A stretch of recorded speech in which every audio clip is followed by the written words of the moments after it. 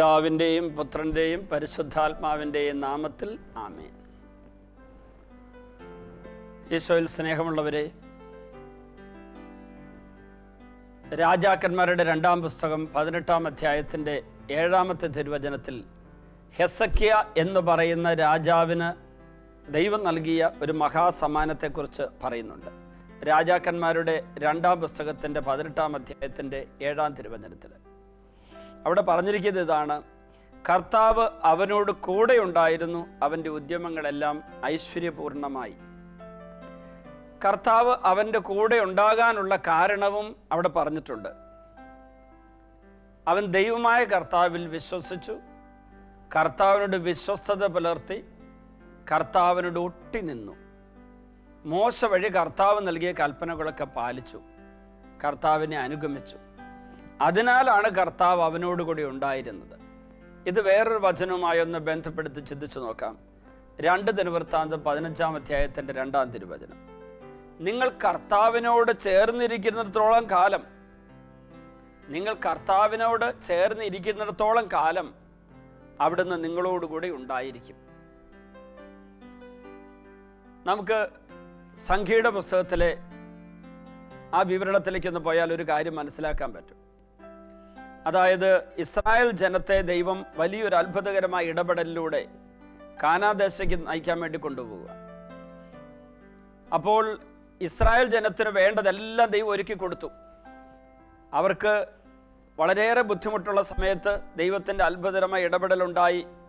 ചെങ്കടൽ മുറിച്ച് അവരെ അക്കരെ കടത്തി. എന്നാൽ കാനാദേശം ഒറ്റുനോക്കാനായിട്ട് ദൈവം മോശ വഴി 12 ഗോത്രങ്ങളിൽ നിന്നുള്ള ഓരോരുത്തരെ അങ്ങോട്ട് പറഞ്ഞു വിട്ടു, ജോഷുവയുടെ കാലബിൻ്റെ നേതൃത്വത്തിൽ. എന്നിട്ട് അവർ ആ സ്ഥലം ഉറ്റുനോക്കിയിട്ട് തിരിച്ചു വന്ന് തെറ്റായ റിപ്പോർട്ട് 10 പേര് കൊടുത്തു. എന്നാൽ ജോഷുവയും കാലബും, പ്രത്യേകിച്ച് കാലബ്, കർത്താവിൻ്റെ പദ്ധതി അറിഞ്ഞ് കർത്താവിനോട് ചേർന്നിരുന്നവനായതുകൊണ്ട് അവൻ ഒരിക്കലും ആ ജനത്തിൻ്റെ കൂടെ കൂടിയില്ല, ദൈവത്തിൻ്റെ കൂടെ നിന്നു. അപ്പോൾ അവർ കാനാദേശത്തേക്ക് പോകാനുള്ള ദൈവം കൊടുത്ത സുഗമമായ പാത വെടിഞ്ഞ് അവർ തിരിച്ച് ഈജിപ്തിലേക്ക് പോകാനുള്ള ആലോചനയുമായി കൂടി ഇപ്പോൾ ദൈവം അവരെ നശിപ്പിക്കാൻ തീരുമാനിച്ചു. മോശ കരഞ്ഞപേക്ഷിച്ച് ദൈവം ശിക്ഷ പിൻവലിച്ചു. അപ്പോൾ അതിനുശേഷം അവിടെ മഹാദുരന്തങ്ങളുണ്ടായി. മോശയ്ക്കെതിരെ പെറുപെറുത്ത ആ ജനങ്ങൾ മഹാമാരി ബാധിച്ച് കർത്താവിന് മുന്നിൽ മരിച്ചു വീണുവെന്ന് സംഖ്യയുടെ പുസ്തകം 14-ാം അധ്യായത്തിൽ 37-ാം തിരുവചനത്തിൽ പറഞ്ഞിരിക്കുന്നു. പക്ഷെ 40-ാം വചനത്തിൽ പറഞ്ഞിരിക്കുകയാണ്: പിറ്റേന്ന് അതിരാവിലെ എഴുന്നേറ്റ് അവർ മലമുകളിലേക്ക് പോകാൻ ഒരുങ്ങി.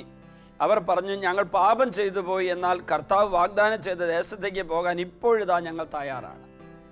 അപ്പോൾ മോശ പറഞ്ഞു, നിങ്ങൾ എന്തിനു കർത്താവിൻ്റെ കൽപ്പന ലംഘിക്കുന്നു? അതൊരിക്കലും വിജയിക്കുകയില്ല. ശത്രുക്കളുടെ മുമ്പിൽ തോൽക്കാതിരിക്കാൻ നിങ്ങൾ ഇപ്പോൾ മുകളിലേക്ക് കയറരുത്. എന്നാൽ കർത്താവ് നിങ്ങളുടെ കൂടെ ഇല്ല. എന്നിട്ട് പറഞ്ഞു, അമലേഖ്യരും കനാന്യരും നിങ്ങൾക്കെതിരെ നിൽക്കും, നിങ്ങൾ അവരുടെ വാളിനിരയാകും. കർത്താവിന് പുറംതിരിഞ്ഞിരിക്കുന്നതിനാൽ അവിടുന്ന് നിങ്ങളോടുകൂടി ഉണ്ടായിരിക്കുകയില്ല. ആ ജനം എന്നിട്ടും അസല് പിടിച്ചു പോയി, അവർ നാശമടയുകയും ചെയ്തു. അതായത്, കർത്താവിന് പുറംതിരിഞ്ഞിരിക്കുന്ന അവസ്ഥ എന്ന് പറയുന്നതാണ് കർത്താവിനോട് കൂടെ അല്ലാത്തൊരവസ്ഥ. കർത്താവിനോട് കൂടെ ആയിരിക്കുന്നവർ കർത്താവിനോട് പുറംതിരിഞ്ഞിരിക്കില്ല. കർത്താവിനോട് നേരെ മുഖാഭിമുഖം കർത്താവിനെ നോക്കി കർത്താവിൽ ഐക്യപ്പെട്ടിരിക്കും. അപ്പോൾ കർത്താവിനോട് ഒട്ടി നിൽക്കുക കർത്താവിനോട് കൂടെ ആയിരിക്കുന്ന അവസ്ഥയാണ്. കർത്താവിനോട് കൂടെ ആയിരിക്കുന്ന അവസ്ഥയിലുള്ളവർ കർത്താവിന് തിരിച്ചു മറിഞ്ഞ് പ്രവർത്തിച്ച് മുന്നേറാനായിട്ട് യോഗ്യതയുള്ളവരായിട്ട് മാറും. നമുക്കറിയാം, കർത്താവിനോട് കൂടെ ഇരുന്ന് ദൈവശുശ്രൂഷ ചെയ്ത മഹാത്മാക്കളെ കുറിച്ചാണ് നമ്മൾ ബൈബിളിലൊക്കെ വായിക്കുന്നത്. കർത്താവിനോട് കൂടെ ആയിരുന്ന കാലത്ത് വിജയം വരിക്കുകയും ഒത്തിരി നന്മകൾ പ്രാപിക്കുകയും ചെയ്ത പലരും ചില വേളകളിൽ കർത്താവിനോട് കൂടെ അല്ലാതെ വന്നപ്പോൾ മഹാപരാധങ്ങൾ ചെയ്ത് പരാജയപ്പെട്ടു. ദാവീദിൻ്റെ ചരിത്രവും അതുപോലെ സോളമൻ്റെ പാപവീഴ്ചയും അത് രാജാക്കന്മാരുടെ 1-ാം പുസ്തകം 11-ാം അധ്യായത്തിൽ 1 മുതലുള്ള തിരുവചനങ്ങൾ പറഞ്ഞിട്ടുണ്ട്. വിജാതീയ സ്ത്രീകളെ ഭാര്യമാരെ സ്വീകരിച്ച് അവരിലൂടെ വിഗ്രഹാരാധനയിലേക്കും അനേക ദുരാചാരങ്ങളിലേക്കും സോളമൻ അധപതിച്ചു. അങ്ങനെ രാജ്യത്തിൻ്റെ അഭിഷേകം ആ ഭരണാധികാരത്തിൻ്റെ അഭിഷേകം നഷ്ടപ്പെട്ട് പിന്നീട് രാജ്യം രണ്ടായി വിഭജിക്കപ്പെടുകയും പിന്നീട് മഹാടിമത്തത്തിലേക്ക് വീഴുകയും ചെയ്തൊക്കെ നമ്മൾ വായിക്കുന്നുണ്ട്. അതുപോലെ ദാവീദ് രാജാവ് ദൈവത്തോടു കൂടെ ചേർന്നിരിക്കാതിരുന്ന സമയത്താണ് ബത്ശബയുമായി പാപം ചെയ്തതും പിന്നെ കൊട്ടാരത്തിൽ നിന്ന് വാളൊഴിയാതെ വന്നതെന്ന് നമുക്കറിയാം. അതുപോലെ തന്നെ കർത്താവിനോട് ചേർന്നിരിക്കാതെ സ്വന്തം പദ്ധതി അനുസരിച്ച് പ്രവർത്തിച്ചപ്പോഴാണ് സാവൂളിനും പരാജയം ഉണ്ടായത്. അവിശ്വസ്തതയും അശുദ്ധിയും അനേകം വീഴ്ചകളും നമ്മുടെയൊക്കെ ജീവിതത്തിൽ വരുന്നത് കർത്താവിനോട് ചേർന്നിരിക്കാതെ നമ്മൾ ലോകത്തോട് ചേരുമ്പോഴാണ്. അപ്പോൾ പ്രിയപ്പെട്ടവരെ, നമ്മൾ കർത്താവിനോട് ചേർന്നിരിക്കുന്നവരാണോ? തായ്തണ്ടിനോട് മുന്തിരിച്ചെടിയുടെ ശാഖകൾ ചേർന്നിരിക്കുന്നത് പോലെ ചേർന്നിരിക്കണമെന്നാണ് വചനം പറഞ്ഞത്. ഈശോ അതാണ് ആവശ്യപ്പെട്ടിരിക്കുന്നത്. ഫലം പുറപ്പെടുവിക്കണമെങ്കിൽ അങ്ങനെ ചെയ്യണം. നവീകരണ ശുശ്രൂഷയിലും കുറച്ചൊക്കെ വചന ശുശ്രൂഷയിലും അതുപോലെ തന്നെ പ്രാർത്ഥനാ ഗ്രൂപ്പ് നേതൃത്വം കൊടുക്കുന്നതിലൊക്കെ വ്യാപരിച്ചിരുന്ന ഒരാൾ ഒരിക്കൽ ഒരു ധ്യാനം കഴിഞ്ഞ് ഒരു സാക്ഷ്യം പറയാൻ വേണ്ടി സ്റ്റേജിൽ കയറി. ഞങ്ങൾ ഡിവൈൻ ധ്യാന കേന്ദ്രത്തിലല്ല, മറ്റൊരു ധ്യാന കേന്ദ്രത്തിൽ. അന്ന് അവിടെ ഞാൻ ഒരു ദിവസത്തെ പ്രാർത്ഥിക്കാൻ പോയതാണ്. അപ്പോൾ ഞാൻ ഈ അദ്ദേഹത്തിൻ്റെ സാക്ഷ്യം കേൾക്കാൻ ഇടവന്നു. കുറേ കാലം മുമ്പാണ്. അദ്ദേഹം പറഞ്ഞു, ഞാൻ 8 വർഷക്കാലം യേശുവിൻ്റെ സാക്ഷിയും യേശുവിൻ്റെ പ്രിയപ്പെട്ടവനൊക്കെ ആയിട്ട് ജീവിച്ചു. ഞാൻ അനേകം പേർക്ക് ഒത്തിരി പ്രകാശം കൊടുക്കുന്ന ഒരു വിളക്കായി മാറിയെന്ന് വികാരിയച്ഛൻ പോലും പറഞ്ഞു. അഭിമന്യ പിതാവ് ഇടവക സന്ദർശനത്തിന് വന്നപ്പോൾ എന്നെ അവിടെ അവതരിപ്പിച്ച് പിതാവ് എനിക്ക് പ്രത്യേകമായിട്ടൊരു സമ്മാനം തരികയും ചെയ്തു. ഒരു നല്ല പേന, വചനം എഴുതാൻ ഈ പേന ഉപയോഗിച്ചോളാൻ പറഞ്ഞു. ഒരു നല്ല വില കൂടിയ പേന, അന്നത്തെ കാലത്ത് കിട്ടാത്തൊരു പേനയാണ്. അതെനിക്ക് സമ്മാനമായി തന്നു. അത് കഴിഞ്ഞ് ഞാൻ ആത്മീയമായ സന്തോഷത്തോടെ ഇങ്ങനെ വ്യാപരിക്കുമ്പോൾ എന്നെ എല്ലാവരും അങ്ങ് ഉയർത്താൻ തുടങ്ങി. എൻ്റെ ശുശ്രൂഷ, പ്രത്യേകിച്ച് മധ്യസ്ഥ പ്രാർത്ഥന നടക്കുന്ന അവസരങ്ങളിൽ ഒത്തിരി രോഗശാന്തികൾ വരുന്നു, അത്ഭുതങ്ങൾ ഉണ്ടാകുന്നു, അനേകം പേർക്ക് അഭിഷേകമുണ്ട്. ഞാൻ സ്തുതിപ്പ് തുടങ്ങുമ്പോഴേക്ക് ജനങ്ങൾ കരഞ്ഞ് പ്രാർത്ഥിക്കാൻ തുടങ്ങും. പെട്ടെന്ന് അടയാളങ്ങൾ കാണപ്പെടുന്നൊരവസ്ഥയുണ്ടായിരുന്നു. അങ്ങനെ ഇരിക്കെ എന്നെ പലയിടത്ത് പുറത്തേക്കൊക്കെ പ്രാർത്ഥനയ്ക്ക് കൊണ്ടുപോയി. അവസാനം ഞാൻ അറിയാതെ എവിടെയോ എനിക്കൊരു വഴിതെറ്റലുണ്ടായി. ഞാൻ പതുക്കെ പണം എന്നുള്ള ഒരു ലക്ഷ്യം എൻ്റെ മനസ്സിൽ കയറി വന്നു. എൻ്റെ ശുശ്രൂഷ കഴിയും ജനങ്ങൾ വന്ന് വലിയ അഭിഷേകമായിരുന്നു, വലിയ ശുശ്രൂഷയായിരുന്നു എന്ന് പറഞ്ഞില്ലെങ്കിൽ എൻ്റെ മനസ്സ് വാടിപ്പോകും, എൻ്റെ മുഖം വല്ലാതെ വാടിപ്പോകും, എൻ്റെ മനസ്സിടിഞ്ഞു പോകുമായിരുന്നു. അങ്ങനെ വന്നപ്പോഴേക്ക് ജനങ്ങൾക്ക് എന്നെ ഉൾക്കൊള്ളാൻ പറ്റാത്തതിന് കാരണം അവരുടെ തെറ്റാണെന്ന് ഞാനങ്ങ് ധരിച്ചു വെച്ചു. ഒരിക്കൽ ഞാനൊരു പള്ളിയിൽ ശുശ്രൂഷയ്ക്ക് പോയി. ഞാൻ ആ ശുശ്രൂഷയ്ക്ക് അവിടെ ചെന്നപ്പോൾ ഞാനവിടെ ചെന്നിറങ്ങി വികാരിയച്ഛനടുത്ത് എന്നെ തന്നെ പരിചയപ്പെടുത്തി കൊടുത്തു. വികാരിയച്ഛൻ എന്നെ മുറിയിലേക്ക് കയറ്റി വിട്ടു. അത് കഴിഞ്ഞ് ആ ഇടവകയിലെ കൊച്ചച്ഛൻ വന്നപ്പോൾ വികാരിയച്ഛൻ കൊച്ചച്ഛനോട് ചോദിക്കുന്നത് ഞാൻ കേട്ടു, ഇങ്ങനെ ഒരാളിപ്പോൾ ഇവിടെ വന്നിട്ടുണ്ട്, ഞാൻ മുറി കയറ്റി വിട്ടിട്ടുണ്ട്, ആരാണ് അയാൾ? അപ്പോൾ കൊച്ചച്ഛൻ പ്രാർത്ഥനാ ഗ്രൂപ്പ് നയിക്കുന്ന ആളാണ്, നല്ല ശുശ്രൂഷ നടത്തുന്ന ആളാണെന്ന് പറഞ്ഞപ്പോൾ ഞാനിന്ന് മുഴുവൻ കേട്ട് നോക്കട്ടെ, കേട്ട് നോക്കിയിട്ട് നമ്മൾ ഇനി വിളിക്കുന്നെങ്കിൽ എന്നോട് ചോദിച്ചിട്ട് വിളിച്ചാൽ മതി. അൽമായർ വികാരിയച്ഛൻ്റെയോ അല്ലെങ്കിൽ ആത്മീയ പിതാക്കന്മാരുടെയോ കത്തൊന്നും കൂടാതെ ഇവിടെ ശുശ്രൂഷ ചെയ്യുമ്പോൾ വരുമ്പോഴും ഞാൻ അനുവദിക്കാറില്ല. പിന്നെ കൊച്ചച്ഛൻ പറഞ്ഞതുകൊണ്ട് ഞാനിപ്പോൾ അനുവദിക്കുന്നു. അതുകൊണ്ട് ഇന്ന് ഞാൻ ശുശ്രൂഷ ഞാൻ സൈഡിൽ നിന്നെല്ലാം കേൾക്കുമെന്ന് പറഞ്ഞു. അപ്പോൾ ഈ സഹോദരൻ പറയുകയാണ്, സാക്ഷ്യം പറയുകയാണ്, എനിക്ക് വാശി കയറി. ഇന്ന് വികാരിയച്ഛനെ കൊണ്ട് എൻ്റെ ശുശ്രൂഷയെക്കുറിച്ച് ഞാൻ നന്നായിട്ട് പറയിപ്പിക്കും. അതുകൊണ്ട് ഞാൻ എൻ്റെ മുറിയിലേക്ക് കയറി അച്ഛനും കൂടെ ബോധ്യം വരുന്ന വിധത്തിൽ കുറേ ശക്തമായ വചനങ്ങൾ കുറിച്ചെടുത്ത് അന്നത്തെ ശുശ്രൂഷയും വചനപ്രഘോഷവും മനോഹരമായി നടത്തി. എല്ലാം കഴിഞ്ഞിട്ട് ഞാൻ വികാരിയച്ഛൻ്റെ അടുത്ത് ചെന്നിട്ട് ചോദിച്ചു, അച്ഛൻ മാർക്കിടാൻ ഇവിടെ വന്ന് ഇരുന്നിട്ട് മാർക്കിട്ടോ എന്ന് ഞാൻ ചോദിച്ചു. വികാരിയച്ഛൻ അതിനു മുമ്പ് കൊച്ചച്ഛനോട് നല്ല ശുശ്രൂഷയാണ് എന്ന് എനിക്ക് തോന്നുന്നു, പക്ഷേ നമുക്ക് ആ വികാരിയച്ഛനോട് ചോദിച്ചിട്ട് ഇനി വിളിച്ചാൽ മതി എന്ന് പറഞ്ഞു കഴിഞ്ഞപ്പോഴാണ് ഇദ്ദേഹത്തിൻ്റെ ഈ വലിയ വീരവാദം മുഴക്കലുണ്ടായത്. അപ്പോൾ തന്നെ വികാരിയച്ഛൻ കൊച്ചച്ഛനെ വിളിച്ചിട്ട് പറയും, ഇനി ഇവിടെ വിളിക്കണ്ട. കൊച്ചച്ഛൻ പറഞ്ഞു, വികാരിയച്ഛൻ ഇനി വിളിക്കേണ്ടതാണ് പറഞ്ഞിരിക്കുന്നത്. അപ്പം എന്തുകൊണ്ട്? എൻ്റെ ശുശ്രൂഷയ്ക്ക് എന്താ കുറവ്? ചെറിയൊരു വാക്ക് തർക്കമൊക്കെ ഉണ്ടായി. അതോടുകൂടി വികാരിയച്ഛൻ എൻ്റെ വികാരിയച്ഛനെ അറിയിച്ചു. എൻ്റെ വികാരിയച്ഛൻ എന്നെ വിളിച്ച വഴക്ക് പറഞ്ഞു. അപ്പോൾ എനിക്ക് വാശിയായി. എന്തിനു പറയുന്നു, എന്നെ അംഗീകരിക്കാത്ത കത്തോലിക്ക വൈദികരെ എനിക്ക് വേണ്ടെന്നും പറഞ്ഞ് ഞാൻ പന്തക്കോസ്ത സമൂഹത്തിൻ്റെ കൂടെ പോയി. ഞാൻ തമ്പുരാൻ്റെ മുമ്പിലിരുന്ന് എന്നെ ശുദ്ധീകരിക്കാൻ തമ്പുരാനെ അനുവദിച്ചില്ല. ഞാൻ എൻ്റെ രാജ്യം പണിതുകൊണ്ട് അങ്ങ് പോയി, എൻ്റെ കൂട്ടായ്മ ഉണ്ടാക്കി. പന്തക്കോസ്ത സമൂഹത്തിൽ ചെന്നപ്പോൾ അവരെന്നെ കാര്യമായി അംഗീകരിക്കാവുന്നപ്പോൾ ഞാൻ എൻ്റേതായ ഒരു പന്തക്കോസ്ത ഗ്രൂപ്പ് അങ്ങ് ഉണ്ടാക്കി, പുതിയൊരു പേരിട്ടു. എന്നിട്ട് ഈ മനുഷ്യൻ ചെയ്ത ഒരു കാര്യം കൂടെ അദ്ദേഹം പറയുന്നു, ഞാൻ എന്നിട്ട് 4 സുവിശേഷങ്ങളിൽ നിന്ന് എനിക്ക് സ്വീകാര്യമായതെല്ലാം കൂടെ കൂട്ടിച്ചേർത്ത് ഞാനൊരു സുവിശേഷം എഴുതി. അതെല്ലാം കൂടി ഞാൻ ടൈപ്പ് ചെയ്യിപ്പിച്ചിട്ട് അതാണ് ഞാൻ പ്രസംഗത്തിൽ പറയുക. എന്നിട്ട് ആരുടെ സുവിശേഷം? മത്തായി, മർക്കോസ്, ലൂക്ക, യോഹന്നാൻ എന്ന് ഞാൻ പറയില്ല, സുവിശേഷത്തിൽ പറഞ്ഞിരിക്കുന്നു. അവസാനം ഇദ്ദേഹത്തിൻ്റെ ഈ ബൈബിള് കണ്ടപ്പോൾ നല്ല കട്ടിയിൽ പേപ്പറിൽ ടൈപ്പ് ചെയ്തതായതുകൊണ്ട് വലിയ ബൈബിളാണ്.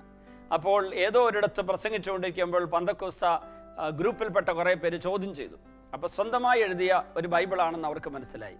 എല്ലാ ബൈബിളും കൂട്ടിച്ചേർത്ത് സ്വന്തം ഇഷ്ടമനുസരിച്ച് വ്യാഖ്യാനിച്ചു വെച്ചതെന്ന് മനസ്സിലായി. അത് വലിയൊരു കുഴപ്പമുണ്ടാക്കി, അവിടുന്ന് പുറത്തായി. അങ്ങനെ എല്ലാം തകർന്നവനായിട്ട് നടക്കുമ്പോൾ അദ്ദേഹം ഒരു അൽമായ സഹോദരി ഇയാളുടെ അടുക്കൽ പോയി അങ്ങോട്ട് സന്ദേശം പറഞ്ഞു കൊടുത്തു. താങ്കളുടെ വഴിപിഴച്ച യാത്രയുടെ അടിസ്ഥാനം യേശുവിനോട് ചേർന്നിരിക്കേണ്ട കാലത്ത് തന്നോട് തന്നെ ചേർന്നിരുന്നു, ലോകത്തോട് ചേർന്നിരുന്നു, അങ്ങനെ ദുരാത്മാവ് കയറിയതാന്ന് പറഞ്ഞു കൊടുത്തു. അവർ നല്ല പ്രാർത്ഥന നയിക്കുന്നൊരു സ്ത്രീ ആയതുകൊണ്ട് പെട്ടെന്ന് ഇയാൾക്കൊരു എളിമയുണ്ടായി. അങ്ങനെ അദ്ദേഹം അനുദപിച്ച് പിന്നെ കേരളത്തിൽ 1-2 ധ്യാന കേന്ദ്രങ്ങളിൽ പോയിരുന്നു ധ്യാനിച്ചു. വികാരിയച്ഛനടുക്ക ചെന്നു. വികാരിയച്ഛൻ പറഞ്ഞു, പഴയ വികാരിയച്ഛൻ്റെ അടുത്ത് പോയി സംസാരിക്കാൻ പറഞ്ഞു. അവിടെ പോയി സംസാരിച്ചു. 6 മാസം കൊണ്ട് അഭിവന്യ പിതാവിൻ്റെ അനുവാദത്തോട് വീണ്ടും കത്തോലിക്ക സഭയിലേക്ക് പുനരൈക്യപ്പെട്ടു. അത് കഴിഞ്ഞ് ധ്യാനിക്കാൻ വന്നിട്ട് പറഞ്ഞ സാക്ഷിയാണ് പറഞ്ഞത്. അദ്ദേഹം ജനങ്ങളോട് പറയുന്നു, എൻ്റെ ഈ മഹാപാപം, മഹാപരാധം നിങ്ങളോട് ഞാൻ പറയുന്നത് എന്തിനാണെന്നറിയാമോ? കർത്താവിനോട് ചേർന്നിരിക്കുന്നിടത്തോളം കാലം അവിടുന്ന് നിങ്ങളോടുകൂടി ഉണ്ടായിരിക്കും എന്നുള്ള വചനം. നമ്മൾ കർത്താവിനോട് കൂടെ ചേർന്നിരിക്കാതിരിക്കുന്ന അവസ്ഥകൾ ഒത്തിരിയുണ്ട്. അതിന് പ്രധാനപ്പെട്ട കാരണം നമ്മൾക്ക് കർത്താവിനോട് ചേർന്നിരിക്കുമ്പോൾ കർത്താവ് നമ്മിലൂടെ ചെയ്യുന്ന വലിയ കാര്യങ്ങൾ കണ്ട് നമ്മൾ എന്തോ ചെയ്തു എന്നങ്ങ് ചിന്തിച്ചു പോകുന്നതുകൊണ്ടാണ്. നമ്മൾ എന്തോ ചെയ്തു പോയി, എന്ത് ചെയ്തിട്ടുണ്ട്, നമ്മൾ ആരോ ആണ് എന്ന് ചിന്തിക്കാൻ കാരണം കർത്താവിനോട് ചേർന്നിരിക്കുന്നപ്പോൾ കിട്ടിയ അനുഗ്രഹമാണെന്ന് തിരിച്ചറിയാത്തത് കൊണ്ടാണ്. പ്രിയപ്പെട്ടവരെ, നമ്മുടെ അനുദിന കടമ നിർവഹണങ്ങൾ, ശുശ്രൂഷകൾ, ജോലികൾ അതൊന്നും നമ്മുടെ സ്വന്തം കഴിവ് കൊണ്ട് ചെയ്യുന്നതാണെന്ന് ധരിക്കരുത്. ഈശോ തരുന്ന ശക്തിയാലാണ് അതെല്ലാം ചെയ്യാൻ പറ്റുന്നത്. എന്നാൽ ഈശോ ശക്തി തരാത്തപ്പോൾ നമുക്ക് ചെയ്യാൻ പറ്റുമോ എന്ന് ചോദിച്ചാൽ പറ്റും. ഒരു കാര്യം ഞാൻ ഉറച്ചു വിശ്വസിക്കുന്നു, ഈശോ തരാത്ത ശക്തി നമ്മിൽ പ്രകടമാകുന്നുണ്ടെങ്കിൽ അത് നമ്മുടെ മാനുഷിക ശക്തി ആയിരിക്കില്ല, അത് പിശാചിൻ്റെ ശക്തി ആയിരിക്കാം. നമുക്ക് ദൈവം തന്നിരിക്കുന്ന ടാലൻസ് എന്ന് പറയുന്ന കഴിവുകളുണ്ടല്ലോ, അത് ദൈവികമായി കിട്ടിയ ഒരു സമ്മാനമാണെന്നുള്ള തിരിച്ചറിവും ഇല്ലാതെ എൻ്റെ കഴിവാണെന്ന് ഞാൻ ചിന്തിച്ച് ഈ കഴിവിനെ ആശ്രയിച്ച് ഞാൻ ശുശ്രൂഷ ചെയ്താൽ കുറച്ചു കാലം അങ്ങനെ അങ്ങോട്ട് പോകും. കുറച്ച് കഴിഞ്ഞ് എന്നെ ഉപയോഗിച്ചു കൊണ്ടിരിക്കുന്ന സാത്താൻ വിജയം വരിക്കുന്നത് ഞാൻ തിരിച്ചറിയുമ്പോഴേക്കും എനിക്ക് എല്ലാം നഷ്ടപ്പെട്ട് കഴിയും. സാത്താൻ വളരെ സൂത്രശാലിയാണ്. അവൻ ദൈവത്തിന് മഹത്വം കൊടുക്കാത്ത ഏതൊരു മനുഷ്യനെയും അവനെടുത്ത് ഉപയോഗിക്കും. ദൈവമാണിത് നൽകുന്നത്, ദൈവത്തിൻ്റെ കരബലമാണ് എന്നിൽ പ്രകടമാകുന്നത്, ദൈവം എന്നോട് പ്രവർത്തിച്ചു കൊണ്ടിരിക്കുന്നു എന്ന് നിരന്തരം തന്നോട് തന്നെ പറഞ്ഞുകൊണ്ടിരിക്കുന്ന ഒരു വ്യക്തി. ദൈവമാണിതെല്ലാം ചെയ്യുന്നത്, ദൈവമാണിതെല്ലാം ചെയ്യുന്നത്. ഈ അത്ഭുതങ്ങൾ, ഈ അടയാളങ്ങളും, ഈ ജോലികൾ ചെയ്യാനുള്ള കഴിവെല്ലാം ദൈവം തന്നിരിക്കുന്നതാണ്. എല്ലാ മഹത്വവും ദൈവത്തിന് കൊടുത്തുകൊണ്ടിരിക്കുമ്പോൾ ഒരു ദൈവോന്മുഖ ജീവിതം മാത്രമല്ല, കർത്താവിനോട് ഒട്ടു നിൽക്കുന്നൊരു ജീവിതം ഉണ്ടാകും. അതേസമയം എൻ്റെ കഴിവ് കൊണ്ട്, എൻ്റെ കഠിനാധ്വാനം കൊണ്ട്, എൻ്റെ പരിശ്രമം കൊണ്ട്, എൻ്റെ വായന കൊണ്ട്, പഠനം കൊണ്ട്, അതുപോലെ തന്നെ എൻ്റെ ജന്മസിദ്ധമായിട്ടുള്ള കഴിവുകൊണ്ട് ഞാൻ എന്തൊക്കെയോ ചെയ്തു, എന്തൊക്കെയോ നേടിയെന്ന് ആരെങ്കിലും ചിന്തിച്ചാൽ ദൈവത്തിന് ആ സമയത്ത് എന്നിൽ പ്രവർത്തിക്കാൻ പറ്റാതെ വരും. ദൈവം എന്നിൽ പ്രവർത്തിക്കുന്നത് ഞാൻ അംഗീകരിക്കുന്നില്ലെങ്കിൽ, ദൈവത്തിന് മഹത്വം കൊടുക്കുന്നില്ലെങ്കിൽ ദൈവത്തിന് എന്നിൽ പ്രവർത്തിക്കാൻ പറ്റാതെ വരും. കാനാനിലേക്ക് പോകാൻ വേണ്ടി അയക്കപ്പെട്ടവർ ഒറ്റുനോക്കിയിട്ട് തിരിച്ചു വന്നപ്പോഴേക്ക് അവരുടെ തെറ്റായ ഭൂരിഭാഗം പേരുടെ തെറ്റായ റിപ്പോർട്ട് കേട്ടപ്പോൾ അവരെല്ലാവരും കൂടി ദൈവമാണ് തങ്ങളെ ഇതുവരെ എത്തിച്ചതെന്നുള്ള സത്യം തിരിച്ചറിയാതെ ഈ ഭീമാകാരമായിട്ടുള്ള ചെങ്കടൽ പോലും മുറിച്ചു കടത്തി ഇവിടെ എത്തിച്ച് ദൈവമാണെന്നും സീനായ് മലയുടെ അടിവാരത്തിൽ പാളയമടിച്ച് ഇവർ മഹാപരാധം ചെയ്ത് സ്വർണ്ണ കാളക്കുട്ടി ഉണ്ടാക്കി ആരാധിച്ചപ്പോൾ ദൈവം 10 കൽപ്പനകളിലൂടെ അവരോട് സംസാരിച്ചു കൊണ്ടിരുന്നത് കേൾക്കാതിരുന്നിട്ട് പോലും, ആ സ്വർണ്ണക്കാളക്കുട്ടിയെ ഉണ്ടാക്കി ആരാധിച്ചിട്ട് പോലും അവരോട് കരുണ കാണിച്ച ദൈവമാണ്, ദൈവത്തിൻ്റെ കരുണ വലുതാണെന്ന് ഏറ്റു പറയേണ്ട സമയത്താണ് അവർ ദൈവത്തിൻ്റെ കരബലത്തെയോ കരുണയോ സ്നേഹത്തെയോ അംഗീകരിക്കാതെ അവർ ഈജിപ്തിലേക്ക് തിരികെ പോകാൻ തീരുമാനിച്ചത്. അപ്പോഴാണ് ദൈവം അവരോടുകൂടി ഇല്ലാതായത്. ദൈവം അവരെ ഉപേക്ഷിച്ചതല്ല. അവരെ സഹനത്തിന്, ആ ദുരിതത്തിലെ വേദനയ്ക്ക് ഒന്ന് വിട്ടുകൊടുക്കുക. അങ്ങനെ അവർ ദൈവത്തെങ്കിൽ തിരിച്ചു തരാൻ വേണ്ടി. അത് കഴിഞ്ഞിട്ട് അവർ പറഞ്ഞു, ഞങ്ങൾ ഇനി ഇതാ ഈ കാനാനിലേക്കോ ഇപ്പം കണ്ട ഈ വഴിയിലൂടെ തന്നെ പോയിക്കൊള്ളാം. വേണ്ട, നിങ്ങൾ അതിലൂടെ പോകണ്ട. മരുഭൂമിയിലേക്ക് അവർ തിരിച്ചനയിക്കുകയാണ്. പിന്നെ 40 സംവത്സരങ്ങൾ അവിടെ അലയേണ്ടതായിട്ട് വന്നു. അതായത് ഇവര് ദൈവത്തോടുകൂടെ ആയിരിക്കേണ്ട സമയത്ത് അങ്ങനെ അല്ലാതെ വന്നപ്പോൾ സാത്താൻ അവരെ പിടിച്ചുകൊണ്ട് പോവുകയാണ്. പക്ഷേ കരുണാമയനായ കർത്താവ് സാത്താൻ്റെ പിടിയിൽപ്പെടാതെ അവരെ തിരിച്ചു കൊണ്ടുവരാൻ വേണ്ടിയാണ് അവരെ ദുരിതമാർഗത്തിലൂടെ തന്നെ പിന്നെ 40 സംവത്സരങ്ങൾ നയിച്ചത്. പ്രിയപ്പെട്ടവരെ, കർത്താവിനോട് കൂടെ ആയിരുന്നില്ലെങ്കിൽ സാത്താൻ നമ്മളെ പിടികൂടും. പിന്നെ നമ്മൾ സാത്താനോട് കൂടി ആയിപ്പോകും. അതുകൊണ്ട് ഇന്നത്തെ ശുശ്രൂഷ പങ്കെടുത്ത എല്ലാവരും തമ്പുരാൻ്റെ മുമ്പിൽ ഒരു നിമിഷം ഒന്ന് ആലോചിച്ച് നോക്കുക. എൻ്റെ ജീവിതം യേശു കേന്ദ്രീകൃതമാണോ? ഞാൻ യേശുവിനോട് കൂടെയാണോ ജീവിക്കുന്നത്? യേശുവിനോട് ചേർന്ന് യേശുവിനോട് ഒട്ടി നിന്നാണോ ജീവിക്കുന്നത്? കർത്താവിന് പുറംതിരിഞ്ഞ് നിൽക്കുകയാണോ ഞാൻ? ഈശോയെ, ഞങ്ങളുടെ ഈ നിമിഷങ്ങളിലെ ധ്യാനത്തിലൂടെ കിട്ടിയ വെളിപാടുകൾ, ദൂതുകൾ, അത് ഞങ്ങളുടെ ആത്മാവിന് അഭിഷേകമായി, ആത്മാവിന് പ്രകാശമായി മാറി. ഞങ്ങളുടെ മനസ്സിനെ അത് കൂടുതൽ ജ്വലിപ്പിക്കുന്നു, ഞങ്ങളുടെ ബുദ്ധിയെ പ്രകാശിപ്പിക്കുന്നു. അത് ഞങ്ങളുടെ ശരീരത്തിന് സൗഖ്യം നൽകുന്നു, ആരോഗ്യം നൽകുന്നു. ഈശോയെ, ഈ ശുശ്രൂഷയെ പങ്കെടുത്ത എല്ലാവർക്കും ആത്മാവിലും മനസ്സിലും ശരീരത്തിലും സൗഖ്യവും അഭിഷേകവും ഇപ്പോൾ നൽകണമേ. അങ്ങയോട് ചേർന്നിരിക്കുന്നതിൽ ആനന്ദം കണ്ടെത്തുവാനും അങ്ങിൽ നിന്ന് അകന്നു പോകാനുള്ള പ്രലോഭനങ്ങൾ ഉണ്ടാകുമ്പോൾ ഒരിക്കലും അതിൽ വീണു പോകാതിരിക്കാനും അങ്ങയെ മുറുകെ പിടിച്ച് ജീവിക്കാനും ഞങ്ങളെ അനുഗ്രഹിക്കണമേ. നമ്മുടെ കർത്താവ് ഈശോ മിശിഹായുടെ കൃപയും പിതാവായ ദൈവത്തിൻ്റെ സ്നേഹവും പരിശുദ്ധാത്മാവിൻ്റെ സഹവാസവും നാം എല്ലാവരോടും കൂടി ഉണ്ടായിരിക്കട്ടെ, ഇപ്പോഴും എപ്പോഴും എന്നേക്കും. ആമേൻ.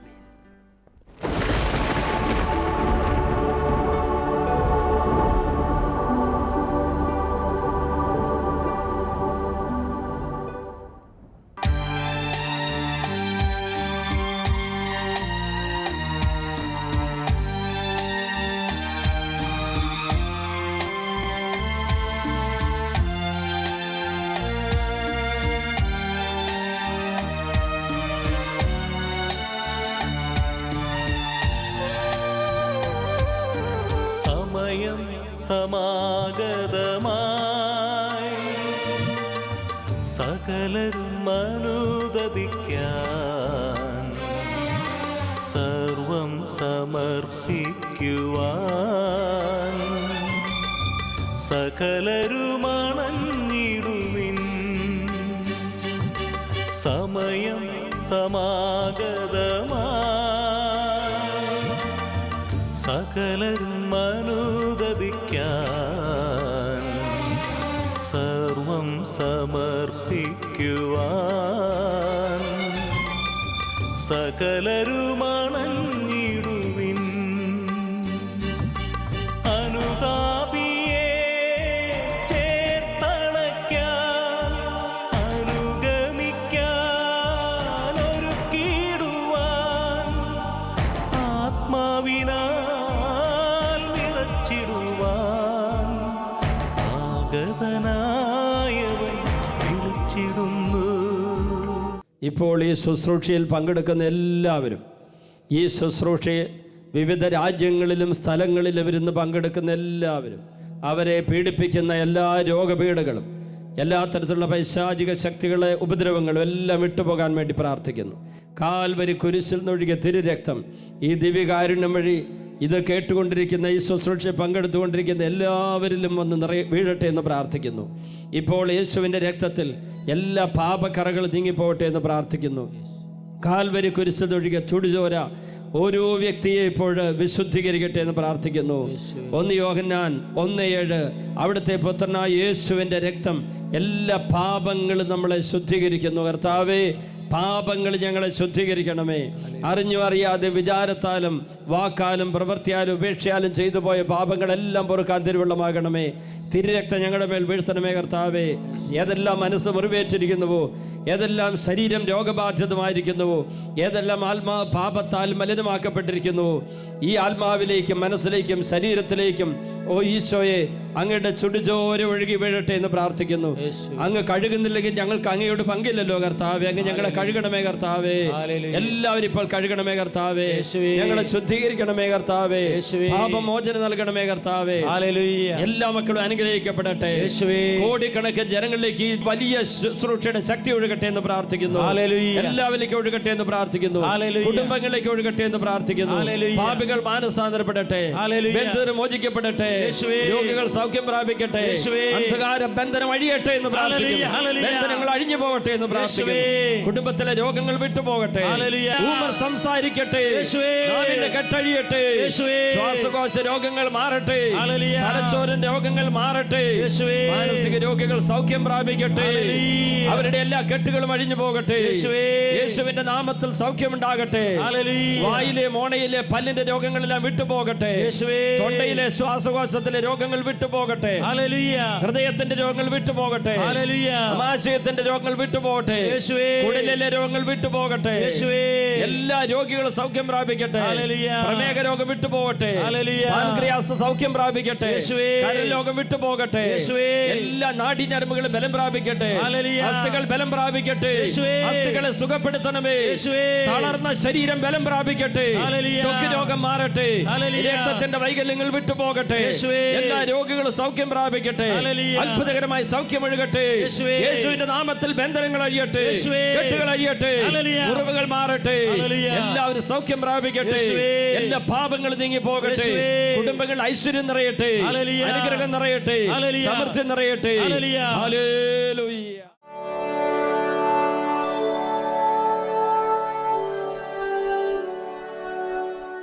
എൻ്റെ പേര് വർഗീസ് മേലാപ്പള്ളി, പുളിയനത്തിലെ വീട്, എളവൂർ ഇടവക. എൻ്റെ ജീവിത പങ്കാളി ഷിജി വർഗീസ്. ഞങ്ങൾ 2005 മാർച്ച് 27 ഷിജിക്ക് പല്ലുവേദനയായിട്ട് അങ്കമാലി KG ഹോസ്പിറ്റലിൽ ചെല്ലുമ്പോൾ, പനിയും പല്ലുവേദനയായിട്ട് ചെല്ലുമ്പോൾ ഷിജി ഒരു ബ്ലഡ് ക്യാൻസർ രോഗിയാണെന്ന് അറിയുന്നത്. പിറ്റേ ദിവസം ഞങ്ങൾ എറണാകുളം ലിസി ഹോസ്പിറ്റലിൽ കൊണ്ടുവന്ന് ബോൺമാരെ ചെയ്തപ്പോൾ ഡോക്ടർ ജോസഫ് കുര്യവിൻ്റെ നേതൃത്വത്തിൽ മജ്ജയിൽ 85% ക്യാൻസർ വ്യാപിച്ചു എന്നും നിങ്ങൾ വെല്ലൂർ ഹോസ്പിറ്റലിലേക്ക് ഷിജിയെ കൊണ്ടുപോയിക്കൊള്ളുവാൻ പറയുകയും ചെയ്തു. പ്രിയപ്പെട്ടവരെ, ആ സമയം ഞങ്ങൾ ഏതാണ്ട് 12 ലക്ഷം രൂപയോളം കടബാധ്യതയിലായിരുന്നു. എന്നാൽ 1 ലക്ഷം രൂപ പോലും കടം കിട്ടുവാൻ ഇല്ലാത്തതുകൊണ്ട്, പലിശയ്ക്ക് പോലും കിട്ടുവാൻ സാധ്യതയില്ലാത്തതുകൊണ്ട് ഞങ്ങൾ ലിസി ഹോസ്പിറ്റലിൽ നിന്ന് ഡിസ്ചാർജ് ചെയ്ത് ഷിജിയെയും കൊണ്ട് ഈ ഡിവൈൻ ധ്യാന കേന്ദ്രത്തിലേക്ക് വളരെ വേദനയോടുകൂടിയാണ് ഞങ്ങൾ കടന്നു വന്നത്. ഏപ്രിൽ 2 ഞായറാഴ്ച അന്നത്തെ വിശുദ്ധ കുർബാനയിൽ മാത്യു തടത്തിലച്ചൻ വിശുദ്ധ കുർബാനയുടെ മധ്യ വിളിച്ചു പറയുകയുണ്ടായി, ബ്ലഡ് ക്യാൻസർ ഉള്ള ഒരു മകളെ കർത്താവ് സുഖപ്പെടുത്തുന്നു. Praise the Lord. പ്രിയപ്പെട്ടവരെ, ആ നിമിഷം ഷിജിക്ക് ഇത് ബ്ലഡ് ക്യാൻസർ ആണെന്ന് അറിയില്ല. ഞങ്ങളുടെ യൂട്രസിൽ ഒരു തടിപ്പാണെന്നാണ് ഷിജിയോട് പറഞ്ഞിരുന്നത്. എന്നാൽ ഞാൻ പൂർണ്ണമായി വിശ്വസിച്ചു ഷിജിക്ക് സൗഖ്യപ്പെടുത്തിയത് കർത്താവാണ്. ഷിജിയെ കർത്താവ് സുഖപ്പെടുത്തിയിരിക്കുന്നു. Praise the Lord. പ്രിയപ്പെട്ടവരെ, അതിനുശേഷം 2 ആഴ്ച ഞങ്ങൾ ഈ ധ്യാന മന്ദിരത്തിൽ ധ്യാനത്തിന് ശേഷം വീട്ടിൽ ചെന്ന് അന്ന് തന്നെ ഷിജിക്ക് ഒത്തിരി ഗുരുതര അവസ്ഥയിലേക്ക് പോവുകയും ഷിജിക്ക് രോഗിലേപനവും കൊടുത്ത് പിറ്റേ ദിവസം തന്നെ ഞങ്ങൾ അമല ഹോസ്പിറ്റലിലേക്ക്, തൃശ്ശൂർ ക്യാൻസർ ഹോസ്പിറ്റലിലേക്ക് കൊണ്ടുപോയി. ഡോക്ടർ അനിൽ കുമാർ, ഇന്ന് അനിൽ ജോസാണ്, ജോസിൻ്റെ നേതൃത്വത്തിൽ ഒരു ഇഞ്ചക്ഷന് കീമോതെറാപ്പിക്ക് 50,000 രൂപ വെച്ച് 3 ഇഞ്ചക്ഷനും 1 മാസത്തേക്കുള്ള ഗുളിക വെസനോയിഡ് എന്ന ഗുളികയ്ക്ക് 16,300 വരുന്ന മെഡിസിനും കണ്ടിന്യൂ ചെയ്യാൻ തീരുമാനിച്ച ട്രീറ്റ്മെൻറ്റ് തുടങ്ങി. എന്നാൽ മെയ് 19 ഷിജി അബോധാവസ്ഥയിലാവുകയും സ്കാൻ ചെയ്തപ്പോൾ ബ്രെയിനിൽ ബ്ലഡ് ലീക്കാണെന്നും കവറാവാൻ സാധ്യതയില്ലെന്നും ഡോക്ടർ അനിൽ ജോസ് ഞങ്ങളോട് പറയുകയുണ്ടായി. ഞങ്ങൾ ആ സമയം ഈ ഡിവൈൻ ധ്യാന കേന്ദ്രത്തിലും അതുപോലെ ഓരോ ധ്യാന മന്ദിരങ്ങളിലും വിളിച്ചു പറയാൻ, അനാഥ മന്ദിരങ്ങളിൽ വിളിച്ചു പറയലും ആയിരക്കണക്കിന് മക്കള് ഞങ്ങൾക്ക് വേണ്ടി പ്രാർത്ഥിക്കുകയും ചെയ്യുന്നുണ്ടായിരുന്നു. Praise the Lord. പ്രിയപ്പെട്ടവരെ, അന്ന് HB ഹിമോഗ്ലോബിൻ ഷിജിക്ക് 3.9 ആയിരുന്നു. എന്നാൽ 2.5 വർഷത്തോളം ഈ മെഡിസിൻ കണ്ടിന്യൂ ചെയ്തു. അതിനുശേഷം ഡോക്ടർ അനിൽ ജോസ് ഞങ്ങളോട് പറയുകയുണ്ടായി, ഇനി മെഡിസിൻ സ്റ്റോപ്പ് ചെയ്യാം. Praise the Lord. പ്രിയപ്പെട്ടവരെ, ഓരോ വർഷവും ഞങ്ങൾ ചെക്കപ്പിന് 17,000 രൂപയിൽ കൂടുതൽ ഓരോ മാസവും ഷിജിക്ക് മെഡിസിൻ ഉപയോഗിച്ചിരുന്നു. എന്നാൽ ഈ 6.5 വർഷവും 3 മാസവുമായിട്ട് ഒരു പൈസ പോലും മുടക്കാതെ ഷിജി HB 14 ആയിട്ട് പൂർണ്ണ ആരോഗ്യവതിയായിട്ട് ഷിജി ജീവിച്ചിരിക്കുന്നു. Praise the Lord. ദൈവത്തിന് ഒന്നും അസാധ്യമല്ല. പ്രിയപ്പെട്ടവരെ, ഇന്ന് ഈ 2012, 2013, 2014 ഈ 3 വർഷവും ഞങ്ങൾ ഈ മെയ് 31 അല്ലെങ്കിൽ മിക്കവാറും മാതാവിൻ്റെ വണക്കമാസം ആ ഗ്രോട്ടോയിൽ ആഘോഷമാണ്. ഞങ്ങൾ അന്ന് ഈ ഫസ്റ്റ് കീമോ ചെയ്യുന്ന സമയത്ത് അവിടെ ഉണ്ടായിരുന്നു. അന്ന് സുഖപ്പെട്ടവർ ക്യാൻഡിൽ കത്തിക്കുന്ന, തിരി കത്തിക്കുന്ന ഒരു നേർച്ചയുണ്ടായിരുന്നു. ഞാൻ കുവൈറ്റിൽ ജോലി ചെയ്യുന്നു. ഓരോ മെയ് 29 അല്ലെങ്കിൽ 30 ഞാൻ വരുന്നു. ഈ നേർച്ച അനേകം മക്കൾ നിരാശരായി കഴിയുമ്പോൾ അവർക്കൊരു പ്രത്യാശയായിട്ട് ദൈവത്തിന് ഒന്നും അസാധ്യമല്ലെന്നുള്ള ദൈവത്തിൻ്റെ വചനത്തിന് മനുഷ്യനെ സുഖപ്പെടുത്തുവാൻ സാധിക്കും, ഏതവസ്ഥയെ രക്ഷിക്കാൻ സാധിക്കുമെന്നുള്ള ആ ബോധ്യം കൊടുക്കുവാൻ ഞാൻ തിരിച്ചു വരുന്നു. ആ നേർച്ച നടത്തുന്നു. ഡോക്ടർ പറഞ്ഞ അന്ന് വരെ ഞങ്ങൾ മെഡിസിൻ കഴിച്ചു. പറഞ്ഞു ഞാൻ പറയാൻ സാധ്യതയില്ല എന്ന് പറഞ്ഞുകൊണ്ട് ഈ വർഷവും 2 ആഴ്ച മുന്നേ ഞങ്ങൾ ചെക്കപ്പ് നടത്തി. ആ റിസൾട്ട് എല്ലാം ഉണ്ട്. ദൈവത്തിന് ഒന്നും അസാധ്യമല്ല. നമ്മെ രക്ഷിക്കാനാവാത്ത വിധം അവിടുത്തെ കരം കുറുകിപ്പോയിട്ടില്ല, കേൾക്കാനാവാത്ത വിധം അവിടുത്തെ കാതുകൾക്ക് മാന്യം സംഭവിച്ചില്ല. Praise the Lord. ട്രീറ്റ്മെൻ്റ് എടുത്തു, കീമോതെറാപ്പി, അതുപോലെ അതിനോട് ചേർന്നുള്ള മരുന്നുകളൊക്കെ കഴിച്ചിരുന്നു. പക്ഷേ 85% ബോൺ മാരോയ്ക്ക് ക്യാൻസർ പിടിപെട്ടിരുന്നു. അത് കഴിഞ്ഞ് വെല്ലൂർക്ക് ഡോക്ടർ റെക്കമെൻഡ് ചെയ്തത് ബോൺ മാരോ ട്രാൻസ്പ്ലാന്റേഷനാണ്. പക്ഷേ അങ്ങോട്ട് പോയില്ല. വലിയ ചെലവേറിയ ഒരു ചികിത്സയാണ്. മാത്രമല്ല അതിന് പറ്റിയ ബോൺ മാരോ ഒക്കെ കിട്ടണം, അതിനൊത്തിരി ചിലവുണ്ട്. അത് വളരെയേറെ റിസ്ക്കുള്ള ഒരു ട്രീറ്റ്മെൻറ്റുമായിരുന്നു. എങ്കിലും കീമോതെറാപ്പി എടുത്ത് പിന്നീട് അബോധാവസ്ഥയിലായി വളരെയേറെ ഗുരുതരാവസ്ഥയിൽ ആശുപത്രി കിടന്നു. 2 ധ്യാനങ്ങൾ കൂടി പിന്നീട് ക്രമേണ കർത്താവ് ചികിത്സയും ചികിത്സാവിധികളെയും ഡോക്ടറെയും മരുന്നിനെയും ഉപയോഗിച്ചുകൊണ്ടും ദൈവത്തിൻ്റെ കൃപയാലും ഈ മകളെ സുഖപ്പെടുത്തി. ചികിത്സയില്ലാതല്ല, ചികിത്സയിലൂടെയും മരുന്നിലൂടെയും അതുപോലെ ഡോക്ടറുടെ സഹായത്തോടു കൂടിയും ദൈവം ഈ മകളെ പൂർണ്ണമായി സുഖപ്പെടുത്തി തൻ്റെ ദിവ്യശക്തി ഉപയോഗിച്ച്. ഇതിനെ ഓർത്ത് നമുക്ക് ദൈവത്തിന് നന്ദി പറയാം. Hallelujah, hallelujah.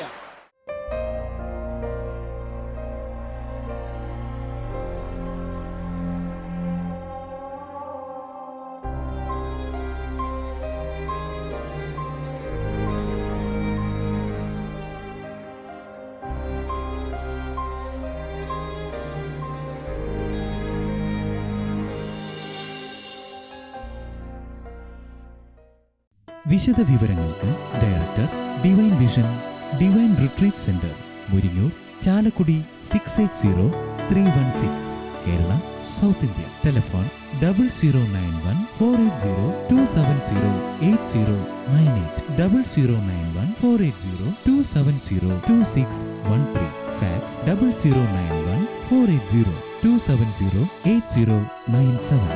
Email mail.divintv@gmail.com. Website www.drcm.org.